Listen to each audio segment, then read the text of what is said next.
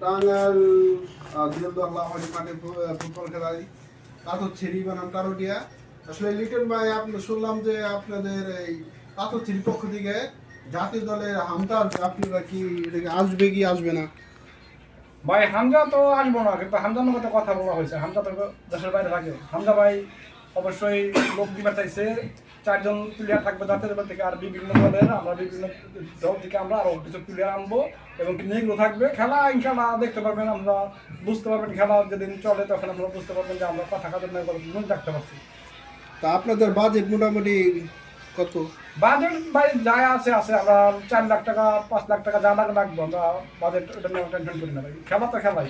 তা আপনাদের অপর টিম টারোটিয়া, আসলে তার টারোটিয়াদের টিম কিভাবে হতে পারে বা কি হতে পারে? ওইটা তো আমার ধারণা নাই। এরা তারা কিভাবে তাদের সাজাইবো, তারা আরো ভালো প্লেয়ার আনতে পারে আমার আছে, তাদের ব্যক্তিগতভাবে তারা সাজাইবো, আমাদের ব্যক্তিগতভাবে সাজাবো।